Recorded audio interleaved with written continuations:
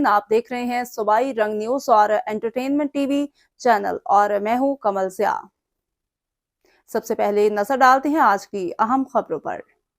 खबर शामिल करते हैं भक्कर से। हमारे ब्यूरो चीफ सैयद मुशर्रफ अली शाह की रिपोर्ट के मुताबिक हुकूमत पंजाब के अहकामात पर बाज़ारों में तजावुज़ात के खात्मे के लिए ज़िले इंतज़ामिया भक्कर मुकम्मल तौर पर मुतहरिक।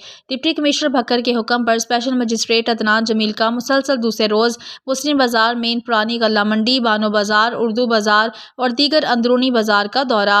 तजावुज़ात के खिलाफ क्रैकडाउन का सिलसिला जारी है। भक्कर में 2 दुकानदारों के खिलाफ कानूनी कार्रवाई करते हुए मौके पर मुतअद्दिद लोग गिरफ्तार करवा दिए गए और मुतअद्दिद दुकानदारों को भारी जुर्माना आयद कर दिया गया। स्पेशल मजिस्ट्रेट का कहना था कि तजावुज़ात और गिरा फरोशी के खिलाफ कार्रवाइयाँ बिला तसलसल जारी रहेंगी।